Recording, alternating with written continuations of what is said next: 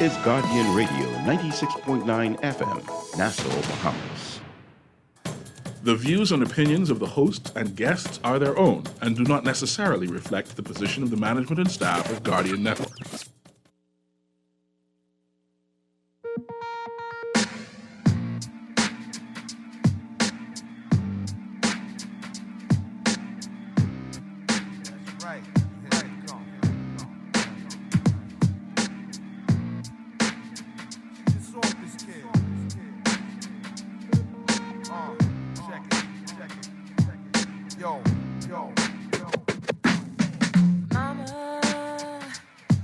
Just killed a man, put a gun against his head, pulled my trigger, now he's dead. Mama, life has just begun, but now I've gone and thrown it all away. Mama, ooh, I didn't mean to make you cry. If I'm not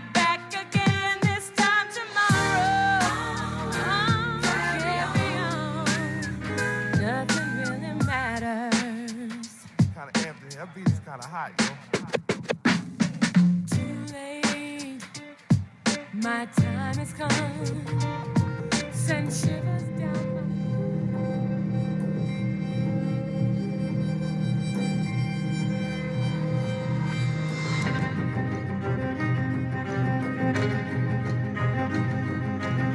my Bahamian people, we might be living on what some would call a rock. But I do not know anyone who is living under a rock in the Bahamas and therefore does not know that we are hemorrhaging murders in this country. 28 murders since the start of this new year. 5 murders just last weekend, with reports of an unintended killing among them. And in that instance, brazen, blood-hungry killers allegedly doubled back to the same death spot the very next day, determined this time to spill the blood of their intended target. According to reports, they did exactly that. No government, to my mind, over the last 2+ decades has given the outrageous crimes in terms of their investigation and their prosecution the proper attention that is needed. Even when murderers pompously carried murder rates up into the triple digits. Hence today, we have accused murderers proudly strutting around our country with the chance to kill even more people. As we walk our streets, it is now possible to point and say in nursery rhyme fashion, here a murderer, there a murderer, everywhere a murderer. But I believe the time has come to end the terror of being in our homes or leaving our homes with the fear that even in our innocence, we might fall victim to one of these individuals. As members of the public, we must force the government to take its head out of the sand on these dark issues. And we do this with fresh new ideas from our collective heads. Yes, ours, yours and mine, Joe and Jane Public, to break the back of this ugliness once and for all. As a community, we must show members of the murder collective that it is now our way, the way of peace, and they must choose it. We must tell murderers and murder wannabes either reach out for help for the issues that make you kill, or accept our extended public hands of help, or face the prison cell that will become your home for a very long time, or worse still, face the menacing criminal justice highway leading to the gallows. Yes, I said it. We may need to hang you. You see, murder is like a big menacing tree in our backyards. It is an invasive species invading all aspects of our lives. In order to successfully cut this troublesome tree down, we can no longer apply a plastic knife to its trunk. The tree will never budge. The job will never get done. The heavy-duty nature of a chainsaw is what is needed. Should we hang them? I say yes. Should we choose not to hang? Fair enough. Whatever we call for, it needs to start with reform of our reform-hungry criminal justice system. So today, I, along with my special guest, are doing our part in this whole matter as members of this community and the Bahamas Bar. We are looking at much-needed improvements to our criminal justice system and sharing those ideas with you today on how our criminal justice system may properly identify those who are menaces to our society and then properly deal with those identified menaces in order to bring their menacing ways to an end. I am attorney Indiana Fitzgerald, your guest host for this afternoon. It is my pleasure to be in your company, and you are listening to The Hit Back.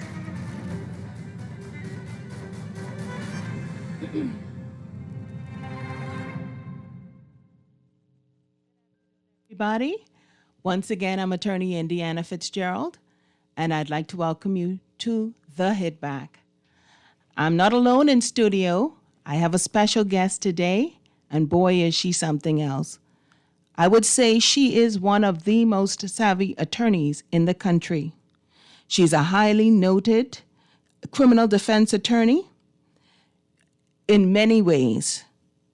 She is an outstanding character and is even known for making a great mark in law. An example, the case of Janir McKenzie, which we may talk about a little later. She is, as far as I know, one of only a handful of criminal defense attorneys, and she does that service well. She's also a civil litigator, most recently recognized for what is reported to be a $46,000 settlement in the case of a teen pushed by police. If we had a one-to-watch list for attorneys, I'm trying to tell you, this lady is likely to be at the very top of that list. Clearly, if you're someone in trouble, she's the one you want to call. So I'm so happy to welcome my guest to the studio today, attorney Christina Galanos. Welcome, Ms. Galanos. Thank you so much for your introduction. Thank you. You are appreciated. I'm so glad you agreed to come and sit with me today Yes. on the Hit Back. Yes. So we can talk things criminal justice. Yes. So we'll just dive right in because, time is always of the essence. Yes. And we're both attorneys. We both work different sides of the field, of course. I used to be a prosecutor some time ago. I have done defense work. You do defense work now. At the end of the day, I think that both of us are looking for the same thing. Yes. When we wake up every morning and we approach any legal matter, I think we both want justice Yes. in accordance with what we call a criminal justice system. Yes. What does justice look like for you? Oh, that's a wide question. Really, to answer that question, you'd have to speak to the particular circumstances Yes. of any case. Yes. But, ultimately, you would want the guilty to be punished, Exactly. and you would want the innocent to be exonerated. Exactly. The short form, Yes. and general terms. That is what I would say. And I would agree. Yes. I would agree. Yes. For me, with the number of murders that we've been having all over the years, even this year, as far as I know, 28 to date, it's just too much murder. And for me, I think that this is the time now that we come to the position where we say we cannot take a soft approach anymore, or we cannot whistle our way past a situation as if it's going to resolve itself. Right. So my personal position is at this point in time, we may need to consider, along with the punishment of jail, returning to hanging. Now, I know there are some that are for it. There are some that are against it. I'm for it as long as the entire process for an accused person is fair from beginning to end. As we say, justice is done for both them and the victims of the alleged crime. Yes. So what I would want to see is the investigation being done well by police. I'd want to see the treatment of the accused being of optimum leveled when they are at the CDU branch being queried for the matter. I want to see the prosecution of the matter done well, so that at the end of the day, as you say, when all is said and done, when they say, jury that is, this person is innocent or this person is guilty, as a community, we can be satisfied that that determination has been based on all of the best evidence before the court. So let's look at the investigation stage of any matter, particularly when you have something as serious as murder. How do you think we can improve there? Oh, there are so many ways.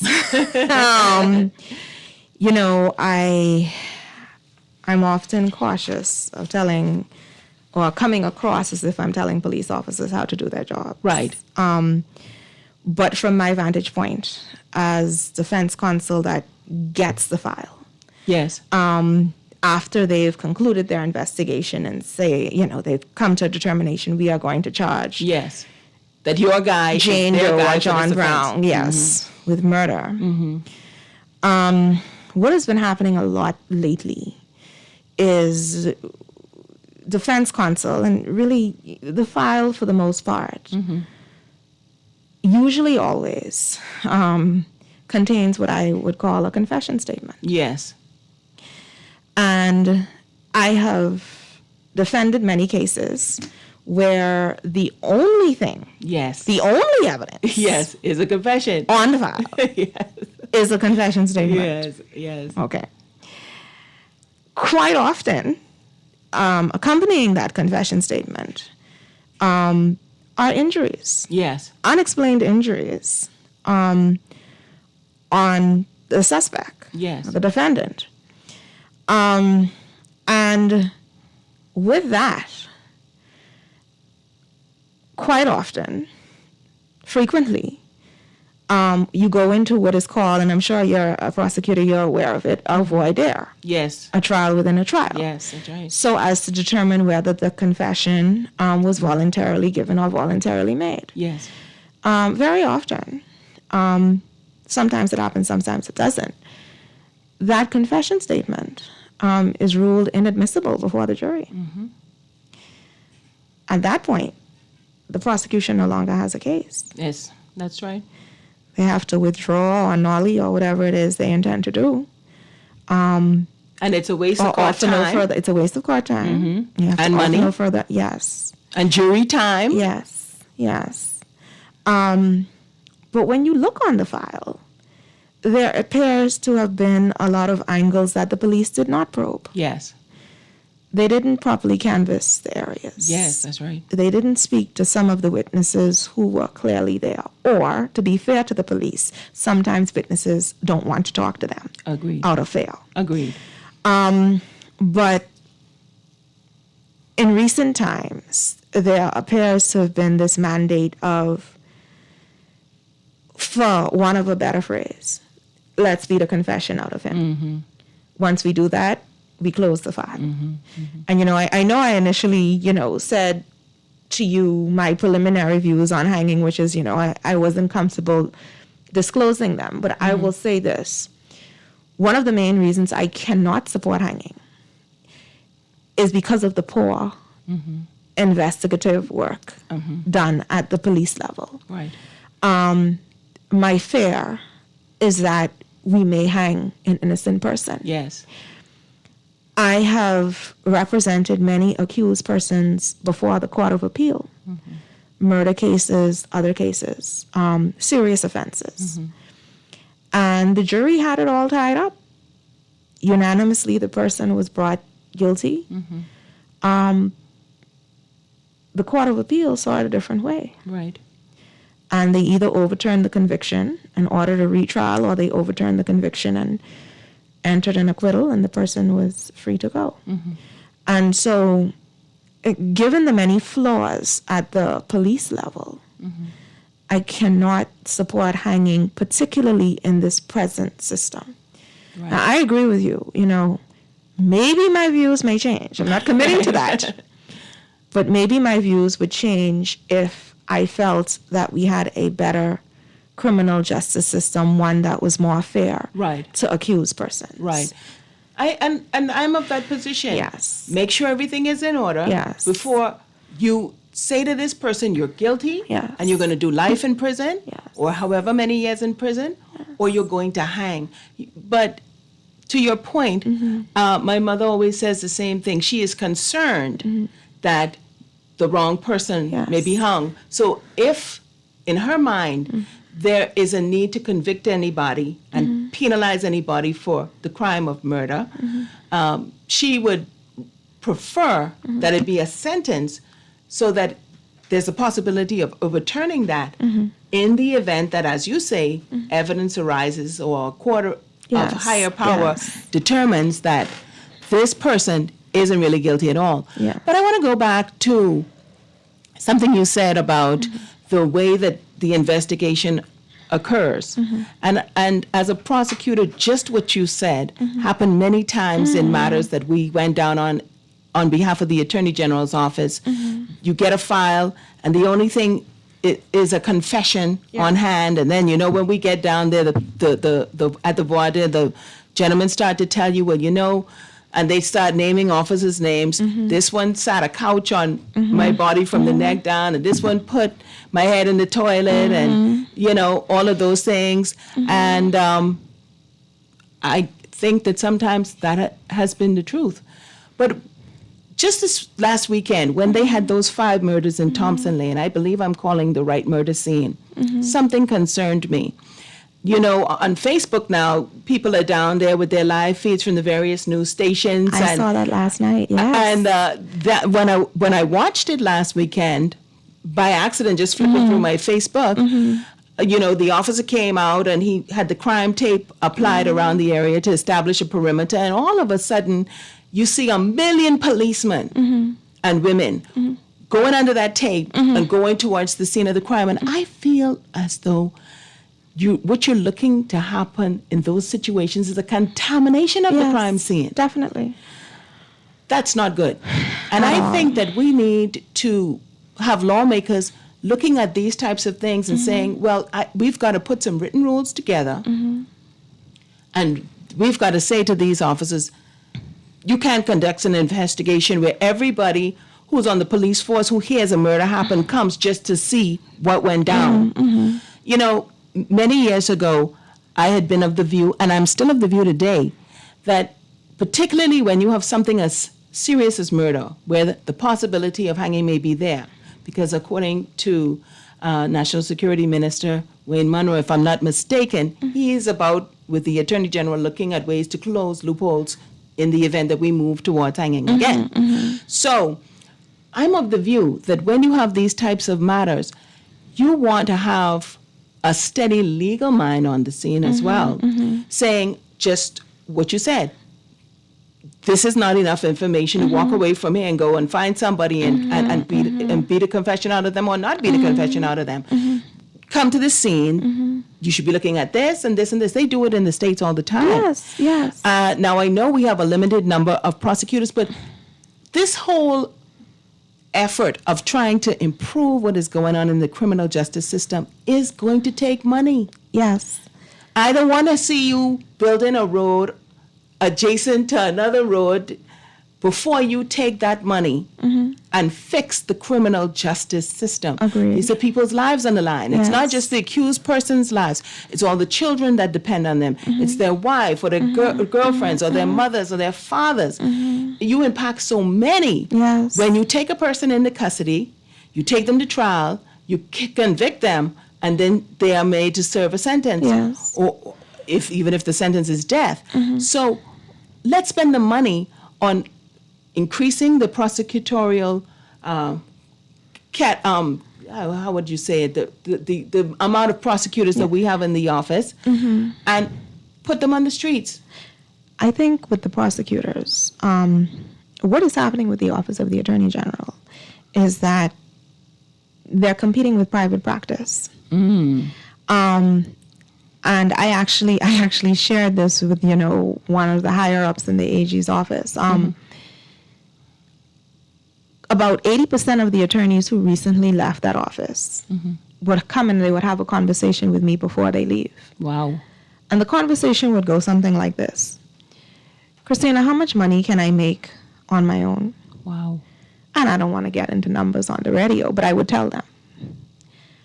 And then they would come to the realization, hold on. So you telling me I could make in a day, basically, what they paying me in a week? Yeah. Yeah. But that's not all the cases, though. There are some hurting attorneys out there now. Yeah.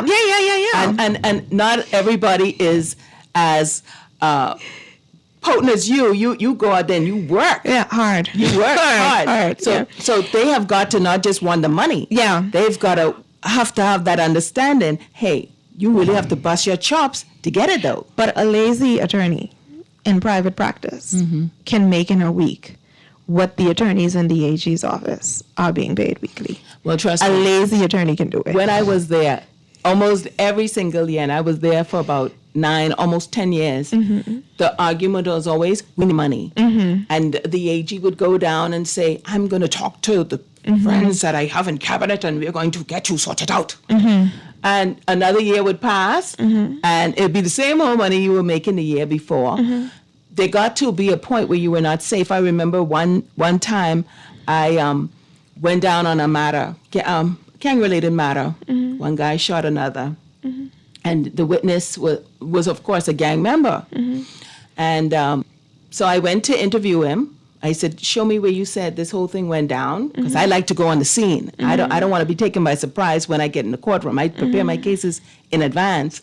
And he says, oh, it happened here, here, and here, and here. And I said, and the person that is accused of this crime, you saw them shoot so-and-so? Yes, I did. Well, we get to the trial, and we're going along nicely, and this happened? Yes, ma'am, and that, and he's telling his story. And all of a sudden, he jumps up and says, I said, well, do you see the person in this courtroom today that you say committed the crime? And he said, no, ma'am. And I thought my ears had failed me. I was like, oh, no, he didn't. So I said, let me come back up. Let me scoot around another way and ask him this question again. I asked him again. He says, no. Well, the judge, of course, wasn't having it. He was like, well, Miss Fitzgerald, we treat this witness as hostile. And I want him prosecuted for perjury. When you leave here today, Miss Fitzgerald, I want you to go to, it was CID at the time, and I want you to tell him what he did in this place, and I want him prosecuted. Yes. And now, he knows my car because I came in my car to the place where he, I had interviewed him where this crime had occurred, because I think it may have been his yard where he lived, and they were all in that yard or something like that. By that point, there are police officers in the AG's office, but they tend to leave you for your trial and they go about their business. Now, he's already gone out the court, because they didn't arrest him there and then. And I'm wondering if I'm safe to go to my car, to leave my car there and call a relative to come and get me, because I couldn't trust the situation. So, I went to CID, I made the report, we prosecuted him. I was a witness in that case, he got 2 years. And I said to the office, I said, we need to be armed, just the way prosecutors are armed in other jurisdictions. Yes. No, we don't want that. Yes. But why don't you want that? You're in the office all day making decisions. You're not down at the court having stuff happen. Why don't you want that? Would it make you motivated to look out for us if we're shot? So I think there are people that will stay, even if the money is not good, but the treatment. And then you have situations where when it's time to be promoted, it's always a secret who's going to be promoted. The next thing you know, the others are promoted, sometimes superseding you. and you're told nothing, and you just see them wearing their big smile, and you ask questions, and everybody's sheepish about it now.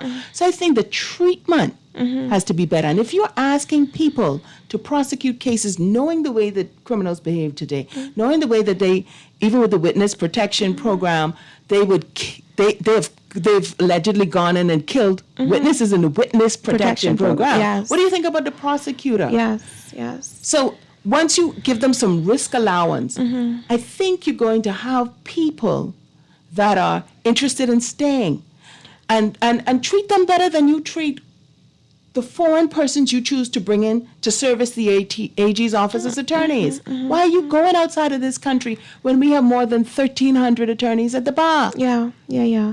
I think the next major complaint is that they are severely overworked. That too. And the reason they're so overworked is because they're so understaffed. Yes. And the reason they're understaffed is because of the revolving door. Yes. You almost have to check from week to week to find out if a particular attorney is still in the AG's office. Absolutely. That's how quick they're going out of there. I know when I was there, it's about every 3 years you'd see someone go. Oh, no. It's probably every 3 weeks now. I remember when Mr. Tennyson Wells, God rest his soul, was the Attorney General, and he came in and, we had a complement of, let's say, 20-odd attorneys, and he said, well, I told the government we need 24 more. And they're working on it. As they work on it, about 12 walk out the door. Yeah. So you're always trying to play catch up in that situation. Yes. And what I find, in speaking of reform, what I would hope to see, what I would wish to see, is that attorneys should be assigned in the AG's office a matter to completion. Yes. Instead of having the file transferred here and all over the transferred place. there. I agree. We have to take a break, Yes. but we will be right back. This is The Hit Back with attorney Indiana Fitzgerald and my special guest, attorney Christina Galanos. Thank you. Life has just begun, but now I've gone and thrown it all away. Mama, I didn't mean to make you cry. If I'm not back again this time tomorrow. The Hits Back is sponsored by the Cancer Treatment Centers of America, Burger King, Fidelity Bank Bahamas, J.S. Johnson, the Water and Sewage Corporation, the Cleveland Clinic, and the Pan American Health Organization. This traffic report is brought to you by Shield Insurance and Prudential Laws Adjusters. First look at traffic this afternoon, and it's Friday, and Friday's living to its reputation. Starting with West Bay Street, the traffic coming into the city really in a horrid traffic jam. You've got from the westbound on West Bay Street all the way into the roundabout at Saunders Beach, stop and go traffic, bumper to bumper. Doesn't get any better until it gets past that roundabout at least. The amount of traffic leaving the west is also causing a heavy traffic line on New Providence Avenue going into the six-leg roundabout. So getting out of there is a little bit slow because by now the traffic is already hanging out on the hill at University Drive going into that same circle. Then there's Farrington Road that keeps that very active right now. West Bay Street itself, though, for the ride going in, has already begun that busy look. From Nassau Street, you'll be riding the brakes all the way into the Saunders Beach roundabout. It's a slow ride along that route. Pontiana Drive itself going into Wolf Road, all very busy this afternoon. That Friday afternoon traffic thing is happening out there. You got corridors like Blue Hills Road, East Street, Collins Avenue, Mackey Street, all seeing a lot of bumper-to-bumper traffic going on for the Friday afternoon traffic. It's already quite busy on the south lane of Marathon Road from the roundabout of Wolf Road all the way into the intersection at Prince Charles Drive. And folks on Prince Charles Drive headed west from Soldier Road into the traffic light intersection at East West Highway, you know you're in a bumper-to-bumper ride through there to get to the traffic light. $20 million West Lane going into the roundabout at Bala Highway already busy. Then some other Bala Highway southbound lane going into the Fire Trail roundabout this early have backup traffic. Over on Gladstone Road, you've got heavy traffic leaving Gladstone Road, still creating a lengthy line along Gladstone Road from as far back as Victoria Gardens, and the traffic to go home has already started on that route too. Not as heavy as what's leaving, but you do have a traffic flow on the south lane of Gladstone Road going home. This National Traffic Report is a service of JSJohnsonOnline.com, where you're able to sign up for the Online Service Center app. With my first look at traffic this afternoon, I'm VA Double N. Michael was in a horrible car accident. Prudential Loss Adjusters managed his claim and got him the settlement he deserved. Sierra's roof received hurricane damage. Thanks to Prudential, she and her kids are happy with their claim settlement. Tammy fractured her ankle in a slip and fall. Prudential saved her time, money, and peace of mind. Prudential Loss Adjusters are here for you whenever a tragedy strikes. Call 322-4026 now. Don't wait for disaster to strike. This hurricane season, be ready. Protect your home with an affordable and comprehensive home insurance policy from Shield Insurance. You can't control what nature blows your way, but with Shield Insurance, you can rest easy as you ride out the storm. Protect your largest and most valuable investment. Don't take a chance. Put your home in our hands. Shield Insurance agents and brokers in Nassau. Call 356-7202 or Freeport 352-5945. Beulah, gal, can you believe this? We are now the patrol queens of the neighborhood. We now large and in charge. So we need to check out what's going on in everybody's yard. What about that gun that we know that Junior and his homeboys just ran out? Can we report that too? Of course we can. But we could be in deep trouble if they find out. We need to report what we see, Beulah. When you call Crime Stoppers, they just answer your call in Miami. So then we can report everything? Guns, where they hiding the drugs, who shoot who part of which gang, or who disturbing the peace with the loud music and the motorcycles. Then our neighborhood will be the best in the Bahamas, and everybody gonna want to come live here. And then our house price will go up, gal. So what we waiting on? What's the number? If you see something, say something. Let us all pitch in and stop the crime before it's your time. Call 328-8477 from Nassau or 242-300-8477 from the Family Islands. Or text us through the Crack Crime Bahamas app. Stop the crime before it's your time. The Water and Sewage Corporation advises its customers in New Providence and the Family Islands that the corporation will commence mass disconnections beginning Monday, March 28, 2022, on all outstanding accounts and financial agreements. Customers who have not honored their financial agreements are advised to visit their local offices to update those agreements as soon as possible. And all customers are further advised to bring their accounts up to date to avoid the disconnection of their water and sewage services without further notice. Around the world, Cleveland Clinic is recognized as a leader in healthcare. Our team of experts relentlessly pursues the best for our patients. From groundbreaking cancer research to state-of-the-art heart surgery, life-saving innovations happen here every day. When it's time to travel for your health, it's time to travel to Cleveland Clinic.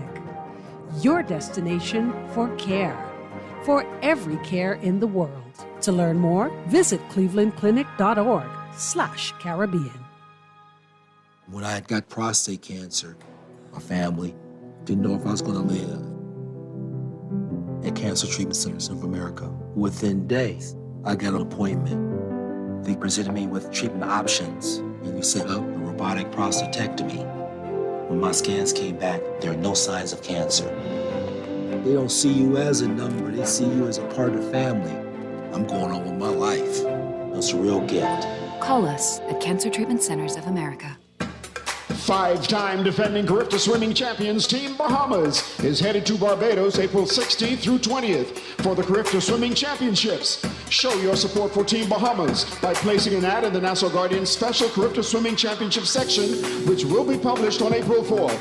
This is your chance to congratulate Team Bahamas, the coaches, or an individual swimmer in their quest for a sixth title.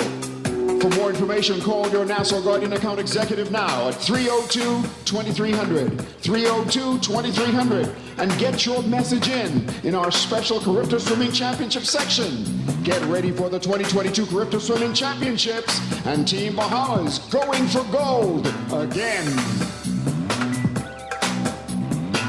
This is Guardian Radio 96.9 FM. Fresh news, smart talk, all day. Body's aching all the time. Goodbye, everybody. I've got to go. Good afternoon, everybody, and welcome back to The Hit Back. I'm your guest host, Attorney Indiana Fitzgerald, here with my special guest, the savvy Attorney Christina Galanos. And we're having an awesome conversation today about the criminal justice system in the Bahamas and the ways in which we need to improve it. Before we go any further with the show, though, I am required to let you know that the COVID-19 vaccine campaign has something that they want you to know. According to them, the COVID-19 vaccines and boosters are now available at South Beach Clinic on Monday, Wednesday, and Friday. The hours are 9 a.m. to 12 p.m. on Wednesday at Flamingo Gardens, at 1 to 5 p.m. at am I reading this right? 1 to 5 p.m. I think at Elizabeth Estates Clinic, and 3 to 6 p.m. at Fleming. And if I have that wrong, please forgive me. And there's also a 4 to 6 p.m. at Fleming and at Marathon Mall, Monday to Saturday, 10 a.m. to 6 p.m. They ask you to visit vax.gov.bs to book an appointment, or you can simply walk in to any of their locations. I think I may have messed that up. Please forgive me. And go to that vax.gov.bs to get the information correct. Okay, so back to our conversation. We've talked about the AG's office, what they need to do there to boost the level of prosecutions there. I'd like to talk a little bit about a point you raised regarding the confession statements that appear in a trial at the Supreme Court of an accused person, let's say for murder, but it could be any offense. Any offense, Yeah, yes. because a lot of what we say applies across the board It does. to any crime. It does. This always troubled me. As a prosecutor, as you say, you only have the confession you're working with, and once that's gone, your case is gone. But it may not be the case. Sometimes it's the case that you have a confession and some other evidence, but the confession will be lost because the judge is satisfied that the grounds for throwing out a confession are there.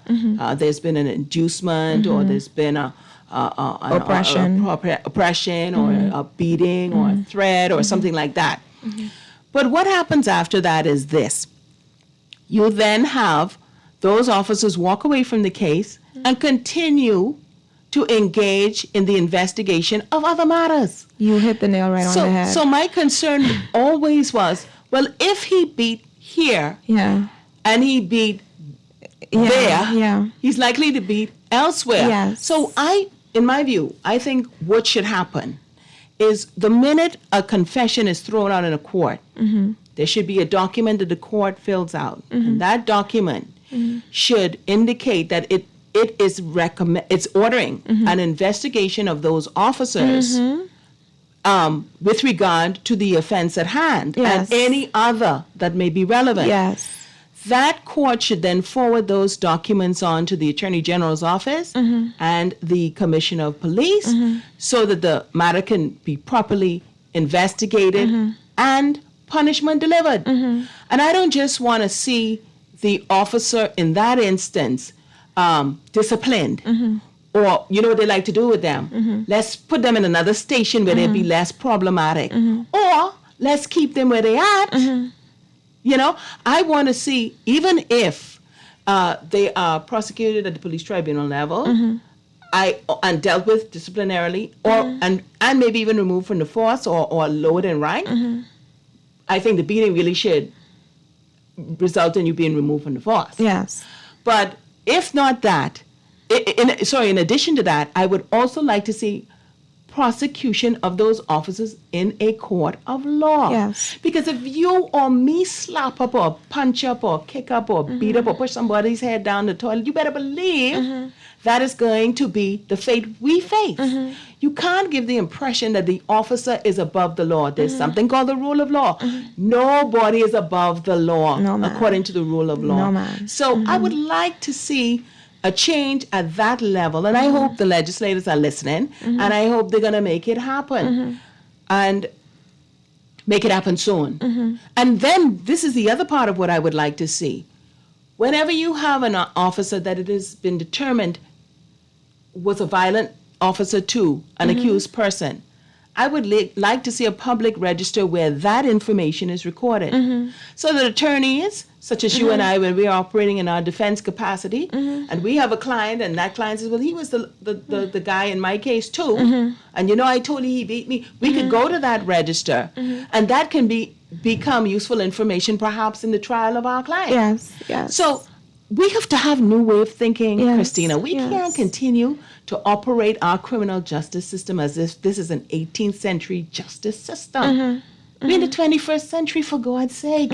We have to do 21st century, even 22nd century thinking at this point. See, because why should criminals behave if our police officers don't behave? Exactly. I actually think there is, a better way around all of this. Let's eliminate the void there, or such a great need for the void there entirely. You have a suspect in your custody. He says he wants to confess. You put together a panel of persons, the doctor to examine him, a justice of the peace, maybe one or two of them, a defense counsel, someone from the AG office. Sit him down in the front of all of us and let him confess to us, along with the police. I mean, you mean at this police station level, at the CDO level? Wherever you want to do it. But if the man truly wants to confess, right, why not make it a panel thing? Right. You know what I'm saying? Why not open it up so that we could, the whole question of voluntariness is somewhat moot at that point. Right. Because you have your defense counsel. And you can't say all 5 of these lie and say you got there. You go. The priest too? You got your doctor. You got the priest there. We'll have the government doctor and your doctor of your own choice to come and say, I saw no bruises on him. Now that's your doctor. Exactly. This your doctor saying you ain't had no bruises on you. Now you really a bad luck if your doctor turn on you. This your pastor who you say you wanted in the interview when you confess. He's saying he hear you confess. Exactly. No bruises on you. Your own pastor hear you confess. You know what I'm saying? Let's design these confessions in such a way where it kind of puts it beyond reproach. I would be surprised if they take that. That's a real out of the box thinking there. I because these voir dires, they're taking up so much judicial time and resources. Exactly. Voir dires on an average trial could last 2 to 3 weeks. Wow. And with COVID and all of the protocols and everything, longer. Right. You know what I'm saying? And so this is time we need to be doing other stuff. We don't have the judicial resources for criminal judges to spend 2 to 3 weeks minimum in voir dires. Yes. The trial ain't even get started yet. We ain't even put the crime scene in, but we just deciding, is the confession voluntary? That's 2 to 3 weeks out. And in those 2 to 3 weeks, another 20, 30 persons have been killed on the street. When are we going to get to try those offenses? The court is still, it's 2022. The courts are still processing 2017, 2017, 2018, 2019 murder cases. The 2020 cases are still pending. The ones before 2017, what's happening with them? They just lying dormant in the AG's office? Well, some of them, some of them have been heard, but quite a few of them have not. My God. I have in my filing cabinet murders dating back to 2013, 2014, not been heard. 2015. You don't even know who all is living at this point. But exactly. But I have some points on that I'd like to raise as well. But I think we have a call on the line. Let's just take this caller. Yes. And then we'll go back to our discussion. Yes.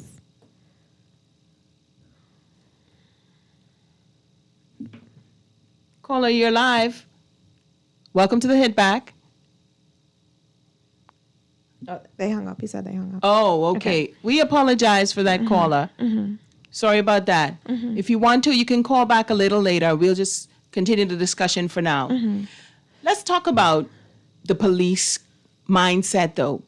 And I am not by any means condemning all police. Yes. Just the rogue officers. Yes. And it's because I know that many of them are good men and women. Yes, they are. Many of them have been kind to me. Yes. There are some that have not been so kind. But I recognize also they're stressed, they're stretched, they're hardworking. And all that can add to the pressures of dealing with criminals, and all these criminals are easy to deal with, or accused persons aren't easy to deal with.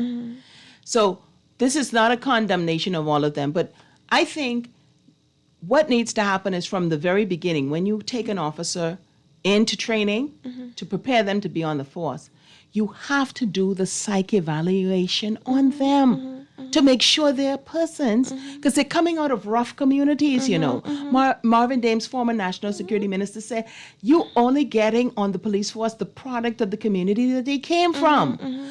So many of them may not be suitable for the police force. But you don't know that until you get there if you don't have a proper psychological evaluation done. Let me tell you what happened to me years ago. I met a man who said he was asked by the government, it may have been under the F&M administration, to do an evaluation of police officers attempting to join the force.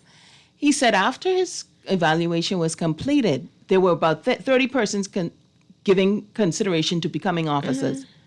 28 of them he determined were unsuitable candidates. Wow. 28 out of 30. Wow. He said, I recommend only 2 go forward. He says he turns on his TV and I turn on mine. A couple of weeks later, Everybody. 30. Everybody The gets kitchen straight. sink. Everybody. And the cat. Everybody's straight. Everybody's straight, like they say. Yeah. Unbelievable. Yeah. I called last year. I was so concerned about this when we had all these cases of police violence showing up in the press, including yours of the teen pushed by police when he did what the officer said, get over that barricade. And I was about to write a paper, so I made a call to the police college and I said, do you all do psych evaluations down there now? He said, well, yeah, man. But you have to be careful asking police questions, but they always got it. They know why you asking, and 10 wall and 2 fence and 3 edge they put around your question, And I thought, but I look at it this way, fine, even if they were psychologically evaluated then, you've got these officers on the police force for decades in CDU. Some of them who I knew back in the day when I prosecuted all the way back in 1994. Still there, right? I don't think you should be in that place where you see death and carnage day in, day out. There's no going to counseling and trying to debug your mind of those things. You just get back up, because that makes you, and if there's bad behavior on the part of the police in the station towards an accused, you just fall victim to that. Okay, well, he isn't saying unless carry him in the bag, then let's beat him. You just continue to repeat that cycle. Definitely. But so what needs to happen is that we need to be, even when an officer is only 2-3 years into CDU investigating murders, making sure psychological evaluations are being done all the time. Yes. Is this person still appropriate for the job? Yes. And where the answer is no, move them. Or we're going to continue to have a case where, yes, police are picking up criminals off the street, they say committed crimes. The crime can't stick. Because the investigation work is poor. Yeah. And, I remember speaking to an older wise attorney, and he said, Christine, I stay telling the police it is possible to frame a guilty man. He guilty, but you did such poor work, or you beat a confession out of him, and you didn't ask the questions and speak to the persons who you were supposed to. So you framed a guilty man. Can I tell you, there was a matter that came to my attention. A gentleman had been picked up by, I don't know if it was CID or CDU, they had that name change at some point. And they carried him into their station. And when they did that, apparently he had been accused of a slew of crimes. So they determined, okay, let's say we think he did 50 whatevers. So you 2 officers over here, you take this 10, you 2 over here, you take this 10, like that. So they shared it up at about 5 groups of officers. They always have the 2 officers participating in an interview. Well, ma'am, they beat that fella for breakfast, lunch, dinner, and snacks. When they were finished with him, I believe his ribs were broken to the point where a heel mark, according to the medical report, was left in his shoulder. The claim was, ain't nobody in here beat him. he tried to escape and he fell down the stairs. Always. The doctors in the report say no step could beat your rib like that. So at the end of the day, the government had to find money to pay that fella. Some of those officers that were involved in whatever that situation was, later were senior officers on the force. Oh, yeah. I believe some of them are still there today. So when you lead as a senior officer, and this is the way you believe that investigations of a criminal should be conducted, is it any wonder that we keep turning out young officers that are violent? Yeah, so true. How can you be surprised? So true. You can't. Let's talk about what happens when you go into CDU or CI, as they call it now. I believe you would have been on air before talking about, was it you that was saying they should have cameras everywhere now? Yeah, well, that came as a result of the Aaron Rule coroner's inquest. You remember the Aaron Rule was the young man that was beaten to death in Kwaku Street Police Station. And they're presently prosecuting 2 police officers for that. Wow. Yeah. I didn't know that. And the coroner there recommended Right. cameras in police Everywhere. stations. Okay, we have to take another break, but we'll be back in short order on the Hit Back. Pulled my trigger, now he's dead.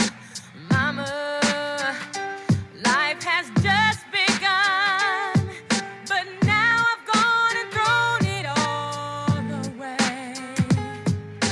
Mama,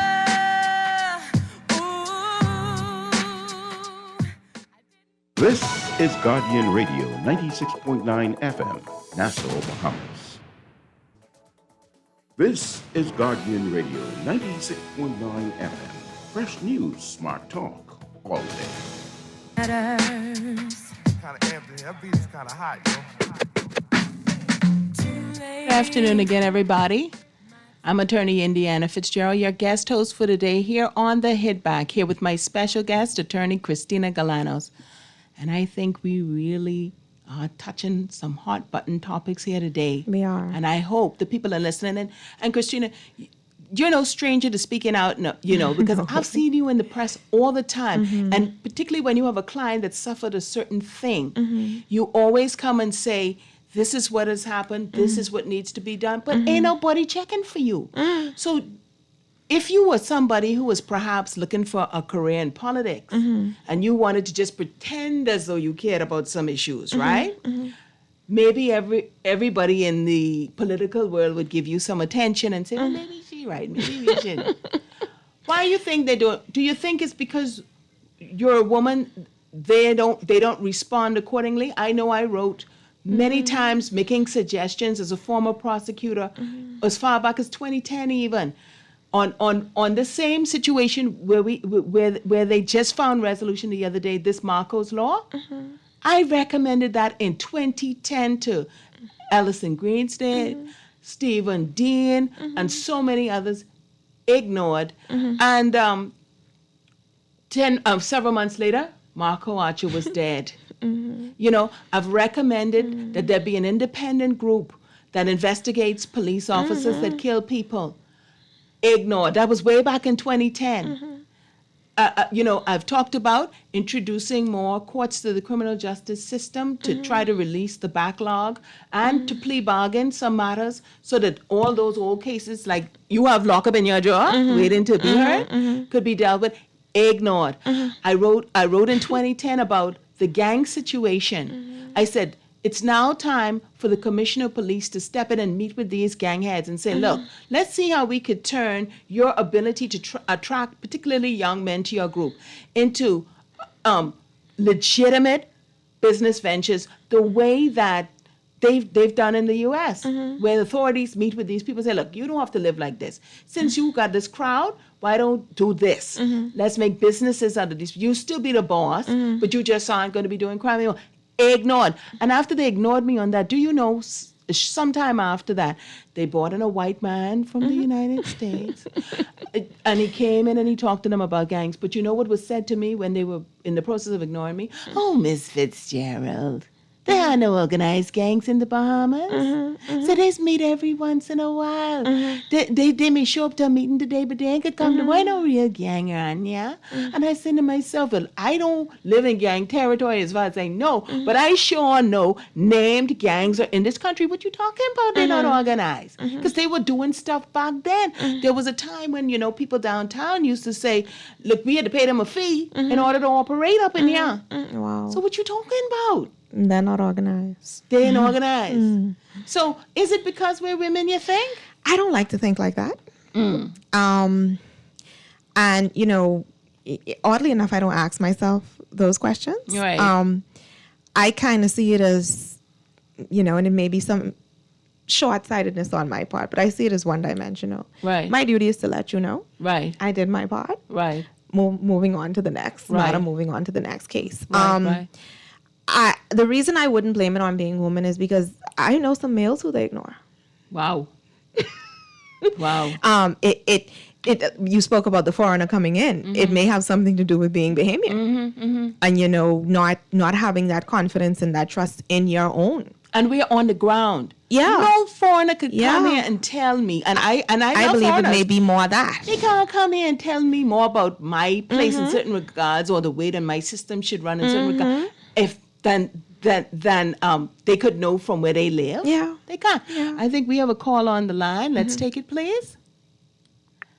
Hello, you're live. Welcome to the Hit Back. Yes, thank you. Hello, good afternoon. How are you? Hi, I'm well, and yourself? Fairly well as well. Actually, I'm paying attention to your program. Good. The inception. And I'm learning as I go. Yes. To modify my comments. Okay. I am assuming that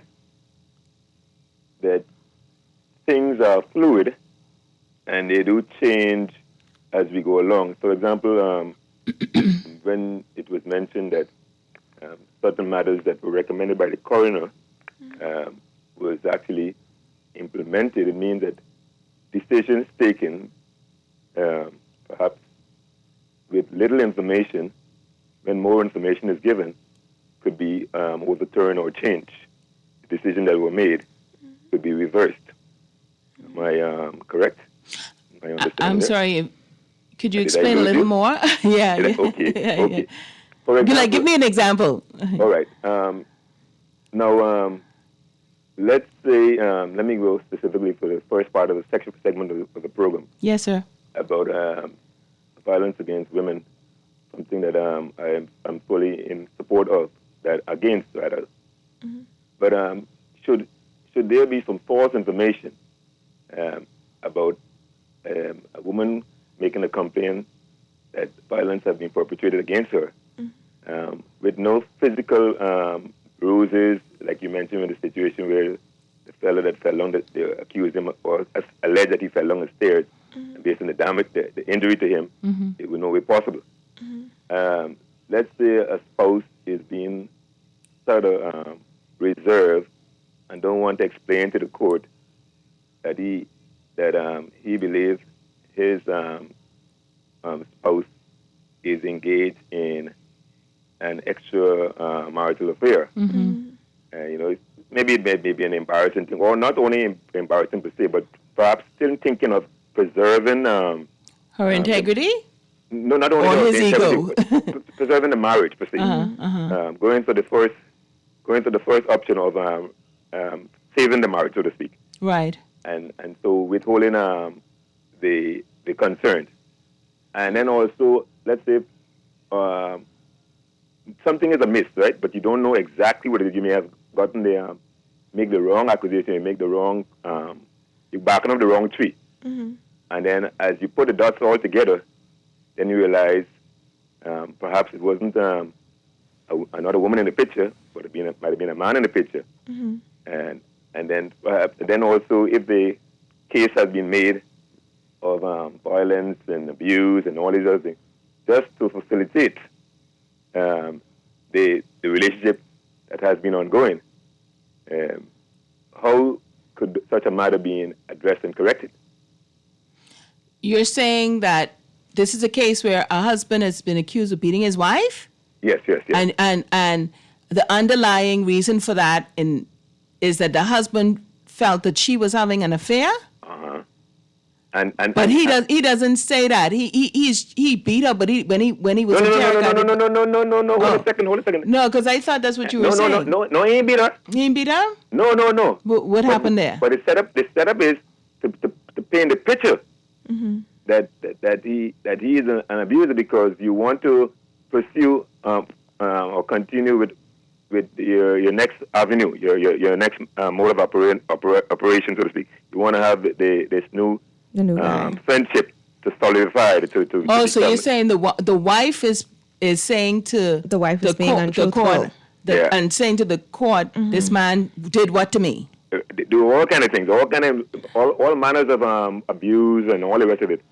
Well, I would think that when you have somebody who comes and makes a complaint, one of the things the police should be looking for is evidence. So if I was an officer and a lady came and she said, my husband has beat me today, and I say, well, how did he do that? And you say, well, he hit me, and what did he hit you with? And you say this and that. I'm looking at you immediately, and I'm trying to discover, well, where are the injuries? Because if you tell me he beat you with a cutlass, with the sharp side down, I expect some cutlass chops. Not only that, you're going to go and all over your head and all that. Right. Beat you all over your head and all that. Right. I'm going to expect, like, as Christina says, a medical report. So in the event that I don't see any of that, then I'm going to be suspect about what you say. And, there can't be a decision made, at somebody. What may happen is the police may say, well, we don't want to make a decision that we're not going to charge this guy. You know what we do? We will refer this matter to the Director of Public Prosecution. Let them make the decision. And let them make the decision. And the Director of Public Prosecution's team may say, well, look, we don't see the evidence here either. We're not inclined to prosecute this matter either.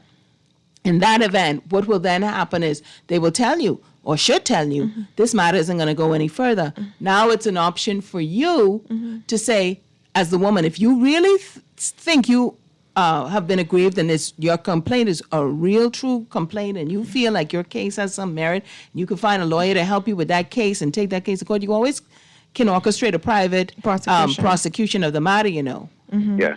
Now, I know at some point, I don't know if the legislation has changed, there used to be the position that even in that case, where you remember there was a time when the DPP was also under the AG's office, the AG had the right to still step in the private prosecution and say, no, this shouldn't go on here either because this really has no merit. Yes.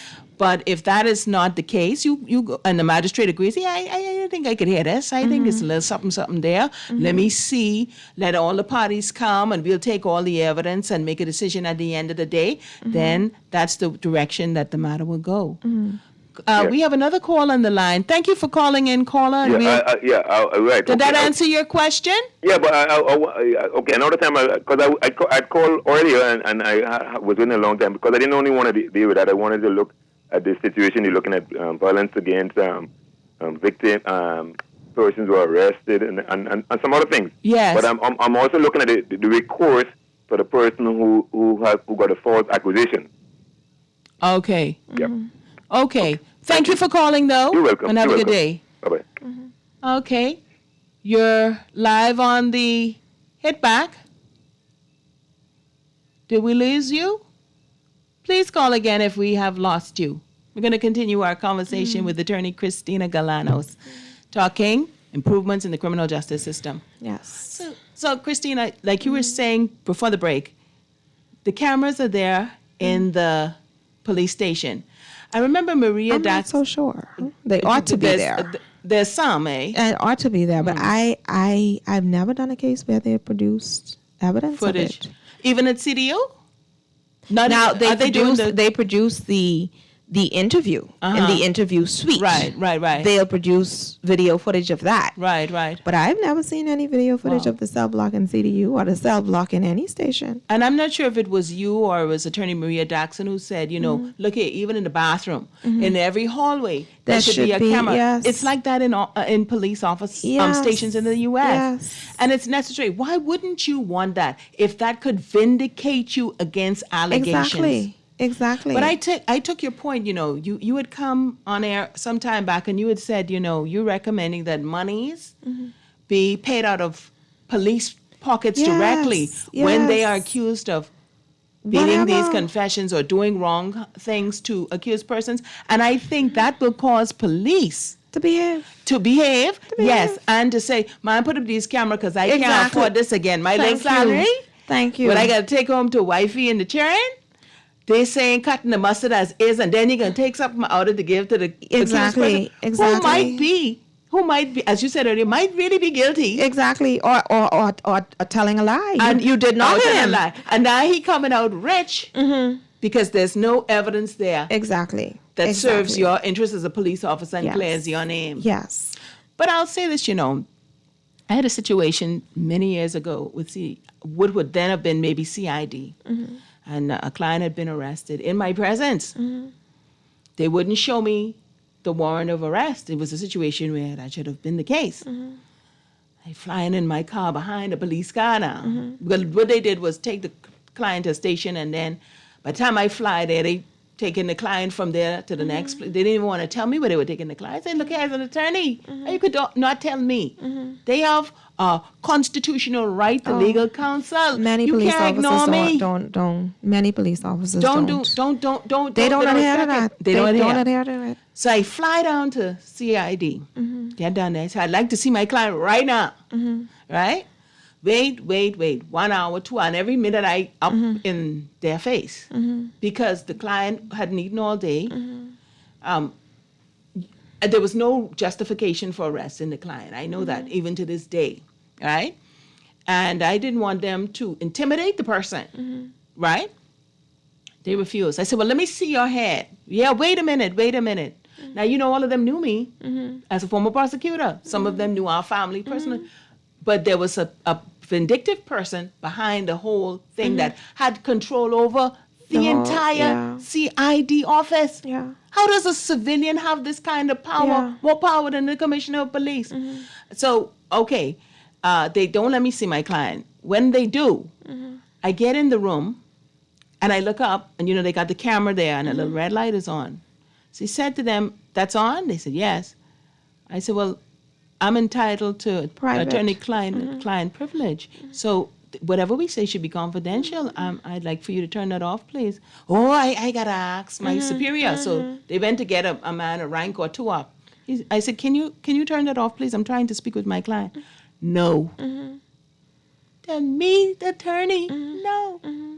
So I couldn't have a conversation that I wanted to have with my client. Now, what I think should happen from this point on, if that is whenever you, as the attorney, attends the station of any kind, and you are trying to exert the right to operate on behalf of your client as counsel, or you learn from your client once you're able to consult with them in station that, hey, they did me this, they did me that, they did me the next thing.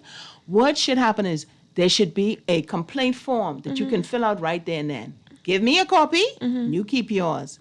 And that complaint form should go through to the senior member in CID or whatever station it is, and the matter be investigated. And give me a finding after that. Give me something in writing to say, well, we investigated your claim, Ms. Fitzgerald, and we agree or we don't agree. And let me take what I have in my hand, the complaint that I made to you, your finding, and go elsewhere to get resolution for my client. See, because my client under Article 19.2 of the Constitution has the right to counsel without delay to discuss private matters. Right. And when you don't let me do that, I need to find somebody who can make you let me do that in the future. And you know what I think should happen after that? When you don't let me, and I'm able to establish that, hey, this was how my client was treated and how I was treated trying to help my client, then the police officer has some money to pay to my client right there and then. Fine, right there and then. We ain't got to wait to go to no court. Like Fine, when your phone ring in court. Yeah. Give that. How much it is now? 50 or 100? Depends on the magistrate or the judge. my I've seen God. 250. I've seen 500. I've seen 300. Yeah. So I agree with that. You know, I think really with it being a constitutional breach. Right. I think an urgent there should be an avenue for an urgent constitutional motion to be brought before a judge. Man, look here. I tell you, pay. There should be some sums. for certain infraction, pay my client now. Don't let me have to Yeah. put a fine, the $300 or whatever to file an action, and the 10 years I got to wait for that matter, particularly with COVID, which has pushed every case back, to wait to hear, you're going to give me a little something for that. The minute it come out your pocket real quick, your attitude going to change real quick. Because it's Christina. coming out your salary. Because it's coming out your money. Yeah, I agree. Whatever you had planned for I that agree. finished. Because Yeah. now that's my client on. And watch them act. They will act dead sensible. when you say to them, turn that camera off, they'll take the camera They'll down. take the whole wall. Let's move this mall with the camera on for fitters. Upset this girl. Yes. Move our wall. Yes, exactly. Yeah. But you know what? And I know this is real thinking out of the box. But, you know, talking about the way that you beat clients or allegedly beat clients in a station, I would like to see a situation in which we train people on a medical level, not a nurse, maybe not a doctor. And in every police station across the country, because we ain't got a million police stations, we only got a handful. You train a certain number of those medical people and they be on all shift.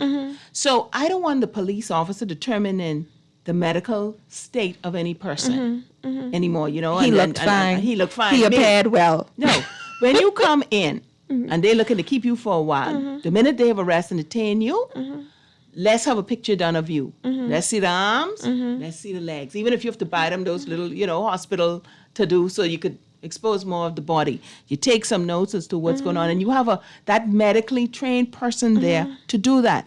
And the minute, and even if you have to say, well, okay, we don't have enough medically trained people to that level to man all the stations. Well, let them man these three in this area or these three. So in a shift, they're traveling around, right? If they're covered, yeah. Right.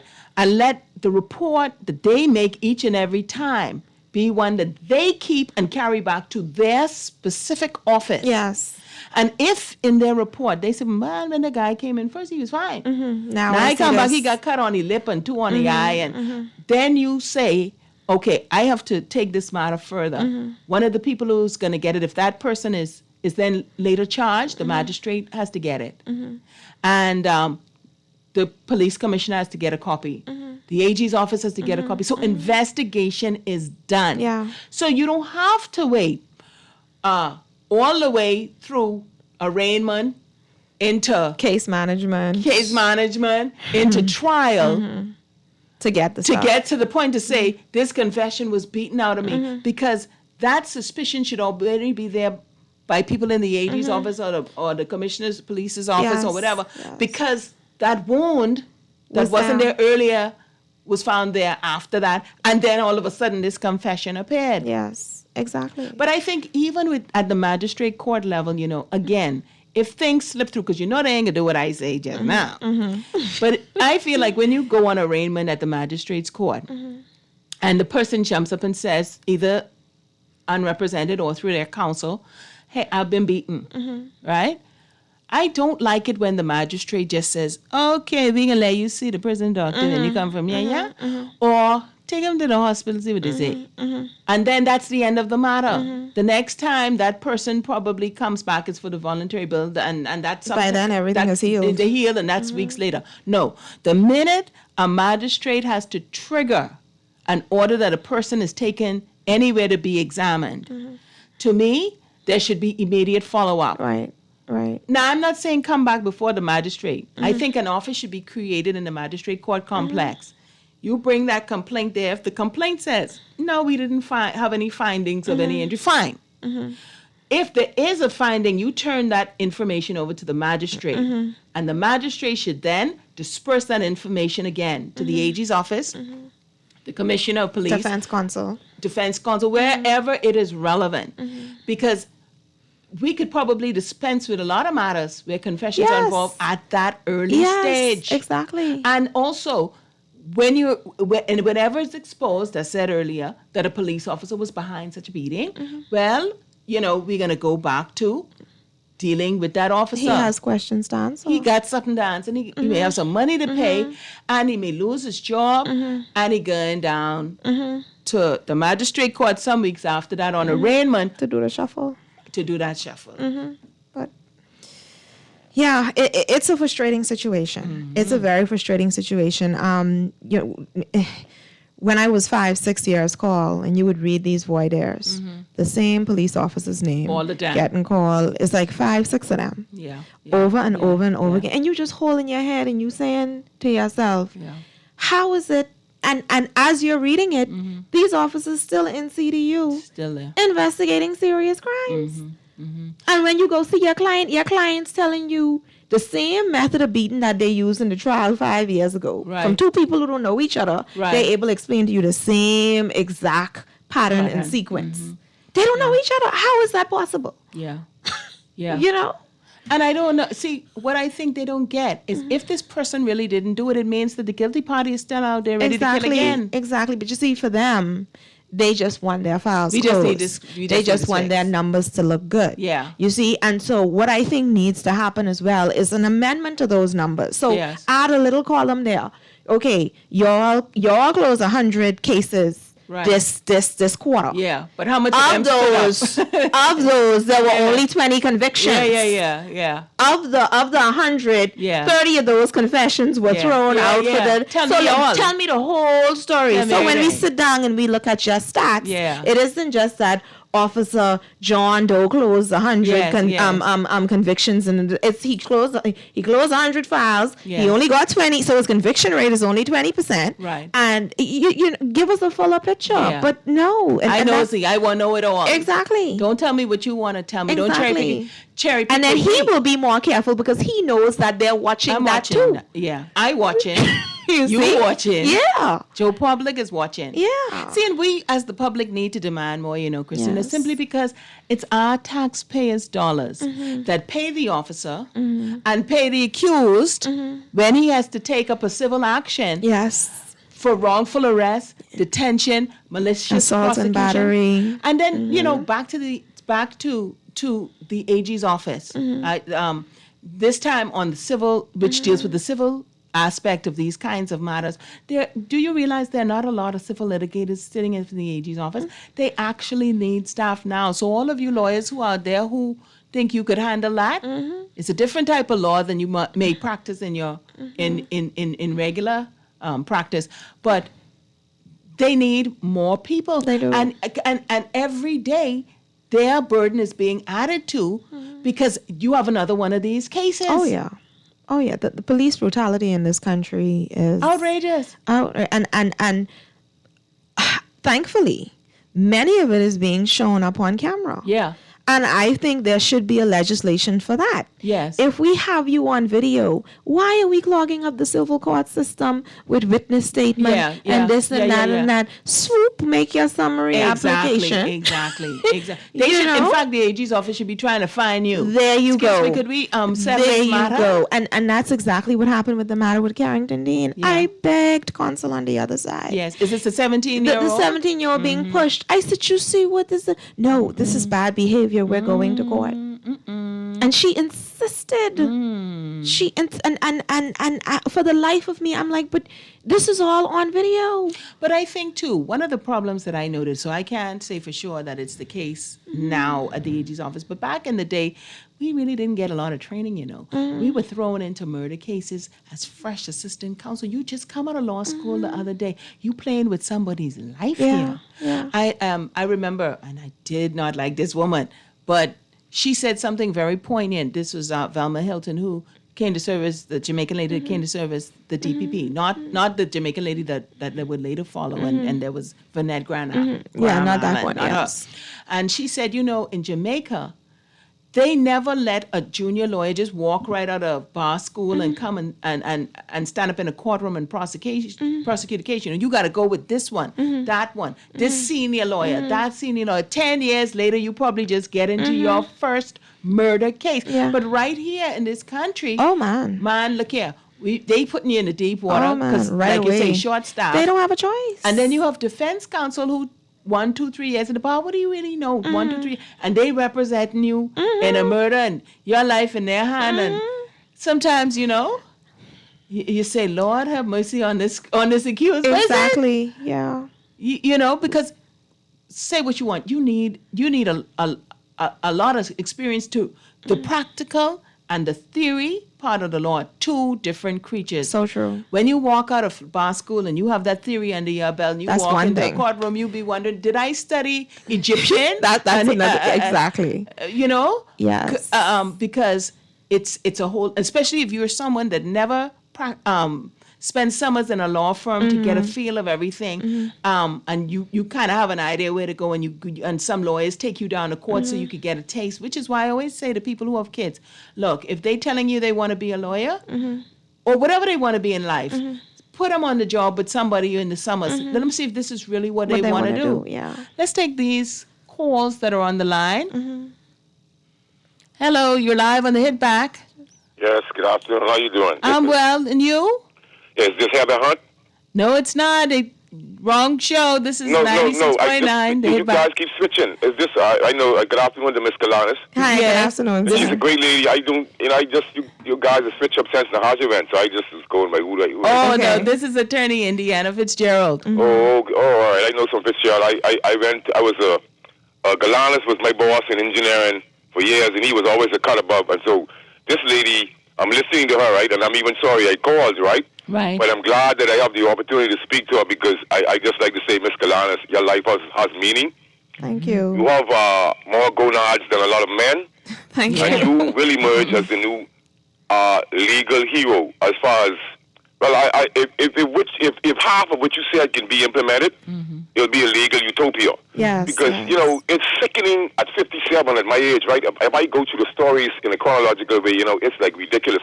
But I just wanted to highlight two things that I think is of great significance that I've seen over the years and created fairs. Now, I listened to Candy Gibson on Facebook the other day, right? And she was very upset. She's passionate. And so life is meaningless or it's hard to exist without a passion. I don't know what some people's passions are, right? But, I enjoyed her speech, and she, and so one of the things that I really remember that stayed in my brain and something that I experienced was, I remember she said something about she couldn't get the doctors or physicians to testify. And they said that they don't do this, right? And so I remember in a situation I was back in 2007 in which I was shot at, stumped, kicked, beat, punched, gun-butted while I was even handcuffed, blood draining from my head, etc. So they carried me to the station subsequently. So, in the back of the truck, some officers are humane, not all. So he said, what did they do this for? But, I was obviously the wrong person, but it was like I ended up eating a little piece of weed, and he saw me spitting it out. So he said, man, that's what just beating you for. So he said, man, how you beat that before you reach the station? So I did. So I ran to the station, the sergeant said, man, this guy bleeding from the head, it's raining and everything. I got on the ring. I said, man, you can't take this guy. But never mind, the person didn't fit the description and was wearing a different color raincoat from what I was wearing. They didn't want to tell me that, but I ended up hearing it on the radio. Now, if I had died or something happened to me, they turned around and let me go to the station, half dizzy or whatever, disoriented in the ring. They don't care about nobody. Let me show you what else happened. Now, I listened to your whole call, and everything you said is correct, And so the thing is, they don't want these things implemented, even though it could save time and save them problems. Because some people, just lie on them, but it's hard to get away with lying on them because the way the force is set up, the hierarchies allow the lower people to beat up on you and do whatever and get away with it, right? Now, here's what I've seen. You gotta get my throat, my wishbone was fractured. It was damaged. So we're going to get an X-ray, pay for all of the private thing and all them things to die and all them whatever was. And then I couldn't get nobody to speak. But the doctor said he wouldn't testify in the court. But then what I noticed is there's another trend amongst the officers in which whenever there's a homicide or somebody's shot, if the person is known to them, they decide to be the jury that because they've been hearing the person's name on the streets for so long, they decided that this person is guilty or they don't like this person, right? So never mind that the person, it was never proven guilty, but when the politician isn't proven guilty, we let them go and we exonerate them, et cetera, right? Now, they sit by and they watch these people bleed to death. I've watched them where they told ambulance drivers to stay away from the people that were shot. When I watch Law and Order, and in first world countries, you try to preserve life to find out so the person could be the witness who was, the victim could be the witness, right? But I'm seeing the contrary here. Right. They want you to die. I've seen it with Humes off Prince Charles. I've seen it with the other day. I've seen it through the corner by Bamboo Shack. I've seen it in Chippenham. I've seen it where they just take preference. I've seen it with the guys in Camp Road the other day. One was living. So can a lawsuit also be brought against them for violating your civil rights like how they did with the George Floyd? Because we seem to be wearing with George Floyd and we avoid what's here. So what I'm saying is the police been doing this for years now, allowing people to die, and then No, wait a nothing minute happens now. to them. No, wait a minute now. You saying you were actually there and you saw that? Well, there was an incident happened years ago on the corner by Bamboo Shack in which a gentleman robbed. Yeah, but other people witnessed this. This thing is well known and documented. What I'm saying is, Yeah, but you know, we got to be careful. We can't just let All right, you there's a make a witness- claim like that, all right? right. And not bring some proof. I 'Cause witnessed if- something like Bamboo Shack in which a guy. One moment, caller, because if you see something like that, right, you need to find some authorities to say that Years too. ago, this is the common trend. That's why I This is asked you, you know, if you'd seen, and my next question would have been how recent, because I really don't want you to make an allegation like that. This is years ago, miss. What I'm saying is, people are not given ambulance care. And the footage of the scene in Camp Road was on video. Okay. The guys were still living. The ambulance was not allowed to carry them and take care of them and do whatever. This is what I see. I saw it. One of the news reporters was Douglas, was a brother, you know. And then you have a situation what I saw in which they allowed the car to stay on top of the gentleman and no. Okay, let's don't go down that road. Let's make the detour Why on is the question you why asked is for the it that civil they allowed suit. to get away with these things then? If it's on the footage, if it's on camera. Well, you know, it's up to the I'll individual. line up and listen. Yes. Okay. Thank you. Thank you for calling. Thank you. It's up to the individuals to bring either the prosecution or the civil action. Mm-hmm. We see a lot of things going on in our society, and I dare say after the Carrington Dean matter, I was contacted by so many persons with so much proof of police brutality. I had to come to the humble, I guess you could say, realization that I can't do all of these things. I'm only one person. These people are coming every 5 minutes. I see in the video. Wow. you know, you need to hire some of those people at the AG's office who ain't happy just to deal with this. I can't do it. You know, mercy. I have to be selective and choose, but it's you have to bring an action. I mean, and it'll be up to the family of the deceased, the legal representative, to bring that and test that. Right. And as you rightly said, where that's not tested and proven some way or another in a court of law, be it on the civil side or on the criminal side, we have to be careful. You have to be careful. We have, but I have heard what he has heard. Right. But there is no. There's no proof. I'm not aware of any prosecution other than in the Aaron Rule case where the coroner determined that Aaron Rule wanted to go to the hospital and they put him in the cell and left him to die. Right. So that was actually a determination. But aside from that, I hear things all the time. Right. But proving it is another thing. And it's up to individuals to enforce their rights. Yes. And if you remember the public and you're on the scene of an incident, right? And you see police arrive and keep an ambulance away. Keep an ambulance away because this person is known to them and they're like, well, thank God, he on the way out. So we ain't got to deal with him no more. Hallelujah. Well, then there are steps that you can take. You're obviously not going to want to go to CDU where they just came from and make a complaint, but you have the Attorney General's office Complaints there. and corruption. You have other places that you can go. You can come to the media and bring your information and leave it there and let them do the investigations. But don't just keep it in your head because today it's somebody else's member of their family. Tomorrow it could be yours. And this is why or even you. This is why we have to make it a community thing. And I don't want you to think as attorneys we exempt from some bad behavior of police. I could tell you some things that police have done to me. And I'm somebody who has raised money for the police before, and that doesn't matter. When you have rogue officers on the force who think they're above the law, you got a problem on your hands. And this is what I would like to leave with people before we shut down this show for today. Try to survive the incident. Don't try picking a fight with people. They trying to take you into custody and you kicking and you screaming. They got the gun and you don't. I tell them that all the time. And see, there's some of them who'll stand around. I had an incident, I won't discuss it here today because of the time, where they start to fix their story right in front of you. So it's you against 3-4 of them. Which one are they going to believe? And don't you be somebody who has already a criminal record under your belt. You are just not going to be believed. So try to survive the incident. Then you can seek legal counsel. Then you can take certain action. Then you can perhaps bring a matter before the court. Then you can perhaps be compensated. We have one more call on the line, and that's going to be our final call for the day. Caller, you're live on the Hit Back. Welcome. Hi, good day, man. Y'all need another show of this? Every day next week will do. I like it. I would love to, but Miss Galanas has clients, you know, and she has to work. This is a woman that works.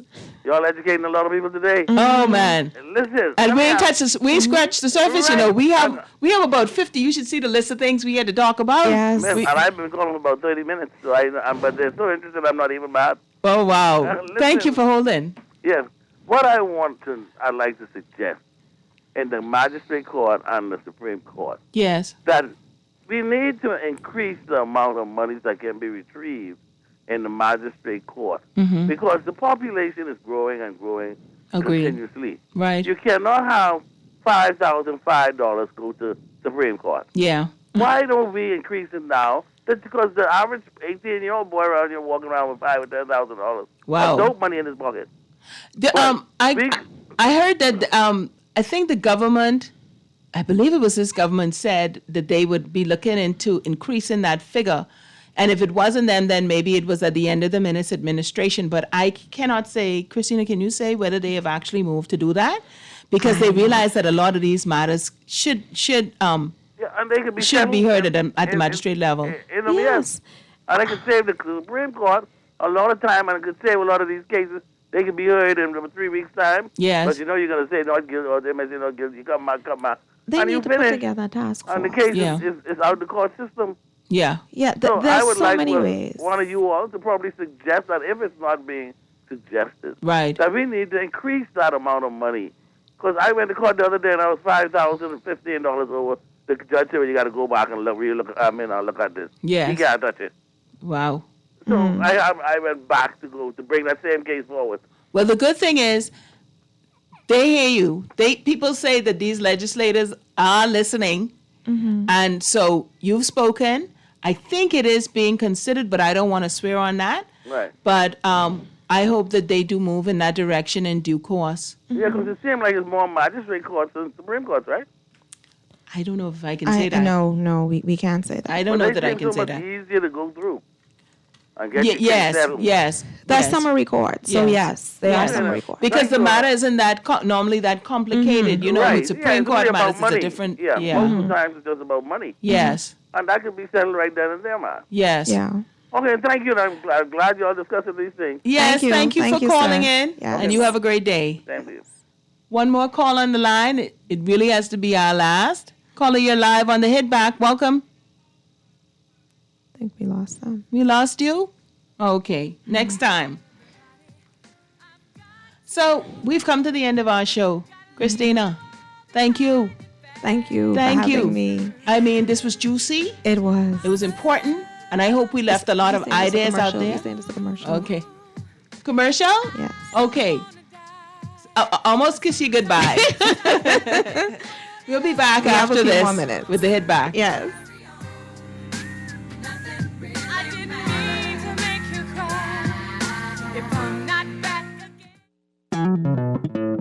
Throughout our lifetime, we must all make decisions. No matter how we choose, the right one just needs to be made. Like having J.S. Johnson Insurance Agents and Brokers as your insurance partner. We've been serving the Bahamas for over 100 years. Whether you need home, motor, marine, or commercial insurance, make the right decision. Call 397-2100 or visit jsjohnson.com. J.S. Johnson Insurance. Peace of mind. Burger King Nassau is taking spice to new heights with the new Baja Whopper and Baja Crispy Chicken sandwiches. Enjoy your choice of a flame-grilled Whopper or a crispy chicken filet topped with chipotle sauce, guacamole, jalapenos, cheese, lettuce, and tomato, all on a fresh potato bun. The new Baja sandwiches at Burger King Nassau pack plenty of flavor, and with an ice-cold Pepsi and fries or onion rings, it's the perfect way to fill your day. The Baja Whopper and Baja Crispy Chicken sandwich are only available at Burger King Nassau, where taste is king. The Water and Sewage Corporation advises the public, its customers, and the residents of Melbourne Road, Yellow Elder Gardens that the corporation will commence improvement work on March 16, 2022, for a duration of 6 weeks. During this period, there may be interruptions in the water supply, road closure, and detour around the work areas. Motorists are asked to avoid the area between the hours of 9 a.m. and 2 p.m. The corporation apologizes for any inconvenience caused and appreciates your support as they work to improve their level of service. Fidelity. We believe in relationship banking. We take pride in getting to know our clients. You have access to knowledgeable, approachable ambassadors and financial coaches so that we can recommend the best product for you. At Fidelity, we care about you. From your financial health to your physical health, we can relate to you because we're just like you. Come and start your relationship banking experience with us today. Visit us online at fidelitygroup.com.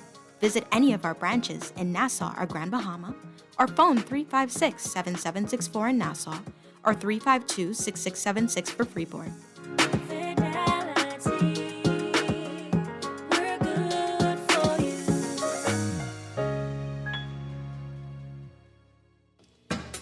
Five-time defending Carifta Swimming Champions Team Bahamas is headed to Barbados April 16th through 20th for the Carifta Swimming Championships. Show your support for Team Bahamas by placing an ad in the Nassau Guardian special Carifta Swimming Championship section, which will be published on April 4th.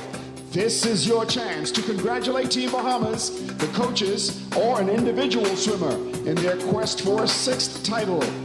For more information, call your Nassau Guardian account executive now at 302-2300, 302-2300, and get your message in our special Carifta Swimming Championship section. Get ready for the 2022 Carifta Swimming Championships and Team Bahamas going for gold again.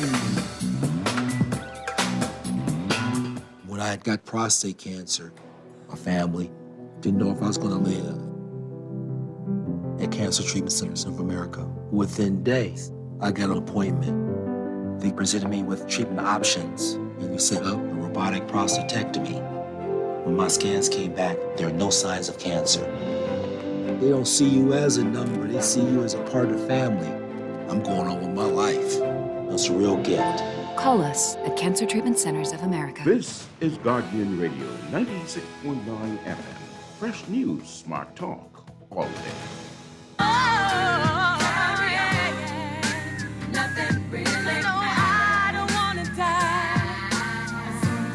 Hello again and welcome back to the Hit Back. I'm attorney Indiana Fitzgerald, the guest host for today, along with attorney Christina Galanos. And we are talking about improvements to the criminal justice system. Mm-hmm. So when we consider a lot of what we talked about today, I'm hoping that one of the things that happens is that the legislators go back to the desk and they make a call to the drafting section of the AG's office or law reform, wherever they make the decision to draft new laws. And one of the laws will involve the way that accused persons are treated in the whole process of investigation and prosecution and, all the way to the end of their matters. I really hope that is done. I think a new act is needed Definitely, now. urgently. So that you can concentrate on other things. Yes, exactly. You can concentrate on other areas on the of law. On the law. On not administrative. Can I bring him a blanket? Yeah. Can I bring him food? Yeah. These are the questions we get asked on a daily basis. Yeah. And what I would like to see happen is that, many people are accused, they never charged, they never tried, they had that bad experience, and they just tell a lot of people about it, but they don't write and they don't press that changes occur in the country. This is a time for us as a community to be proactive. Nobody else can do it for you. See, if somebody didn't slap you, right? If you were in the you didn't feel the pain of a slap, you aren't too concerned about the person who did get slapped. Because you got your own issues going on. Yes. So in other words, nobody's coming to save you. Yes. You have to save yourself. Yes. And if you have children or you have other relatives and they could be subject to the same thing, some people live in an area where they say the police torment that area. So today is you, tomorrow is your brother, then next day your brother-in-law, then two of your sons. So if that is the way that you're being treated, take action. Yes. You have an MP for a reason. They are there to do some things for you in the House of Assembly. Make them work. You have to pay them. You have to pay them. So you make them work. You say, look here, bring some private members' bills, man. If the government look like they ain't worrying with this issue, I say it's important. I can bring a petition around here with 300 other names on it. You fix this for us, because this would be paying you for. Exactly. And I don't want to hear them saying down at that House of Assembly, well, if he got to do all that, we need more money. Look here, you knew what the salary was when you went in there. This is what you're signing up for. We have to stop letting our MPs only be someone who have one little office and they write your name down for one job if in case that coming. And they think they doing the world just because they put your name on that list. No. You see all these murders we're having from community to community. There's a time in Pinewood, Nassau Village, this Kennedy said, all of them were having it at the same time. Why weren't MPs getting together in threes, in communities that were side by side and saying, let us put our combined efforts into trying to figure out why these fellas coming from another area into our area and killing and then coming out. Exactly. And how we can stop that. Yeah. And how we can convince mothers to say, look here, your bad boys are there selling drugs, this, that. I want y'all to bind up together and say, no drugs on this street.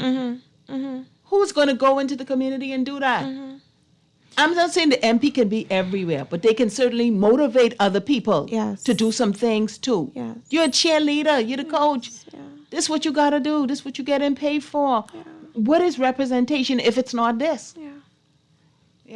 So any final points you want to say before we wrap up? We're almost to that time. I just want to encourage all of our listeners to enforce your rights. Exactly. You know, things happen. And that's why I do my best as much as I could to try and take on as much as I could pro bono. Because what it is a lot of these persons don't have the money. They don't have the money for an attorney, you know, and so find someone. You know, don't a police officer slap you for no reason. Don't let that go like that. Don't slap him back. No. So if I've been something like that, exactly. Don't slap him back. But certainly, you know, try and find some solution. I'm working with some great young people in my office that have come to me with videos of police brutality. Right. And I'm doing my very best to get them justice. That is what we do. Right. And so, you know, just you have rights. Read your Constitution. Exactly, I was going to say. Learn your rights. Yes. You know, learn when they're exceeding their powers or they're abusing their powers. So you would have the knowledge. Go to Bahamas, laws online. Yes. And follow the prompts. Search for the Constitution. It's free. It's free. Read about your rights as Ms. Galana said.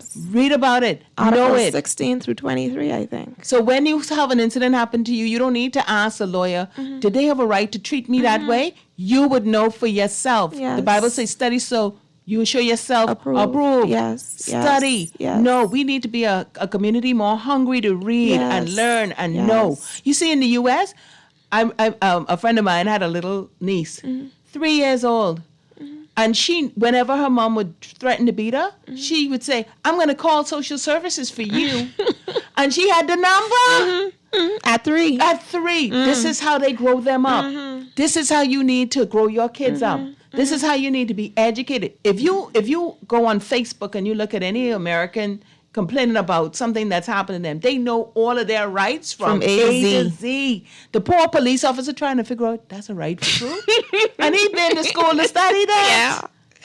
So true. So true. So thank you for coming. Thank you for having me. This has been a privilege and a pleasure. Yes. I hope the public has learned a lot. I hope we left you thinking about a lot of things. I don't like to be about complaining and talking about the problems and beating it to death like a bad horse.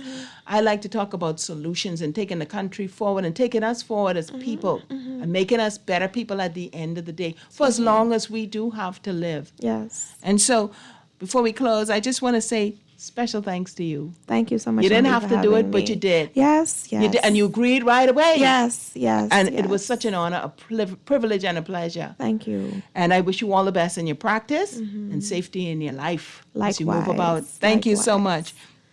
I want to say a special thanks to the producer, Arlington Roll. I mean, he was so accommodating. He made sure that everything was in place for me today. He made me feel comfortable. On Tuesday, I met with other producers, and they were so kind. And I just truly appreciate you, and I thank you, Mr. Roll. I want to also thank the listening audience. You have choices today, and you chose to stick in there and stay with us and listen to what we had to say and to call in. Thank you all for that. I want to thank the sponsors for the show. I want to thank my mom for doing everything in her power to make sure I got here today. It's like getting that bride to the church on time. And I want to thank all those persons who are my family and my friends who prayed like anything for me today to make sure the show went well.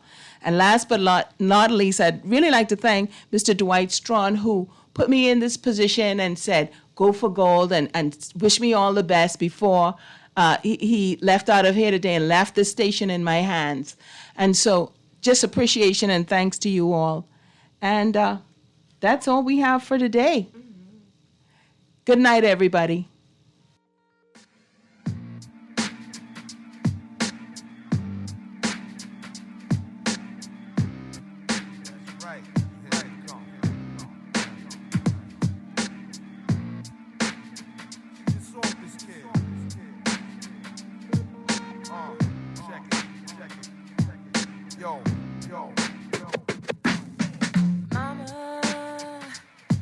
Just killed a man, put a gun against his head, pulled my trigger, now he's dead.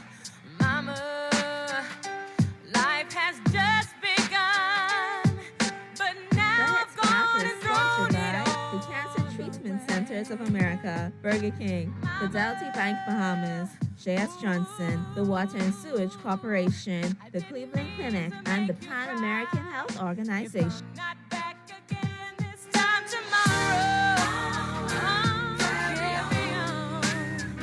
Nothing really matters. Kind of empty. That beat is kind of hot, yo. Too late. My time has come.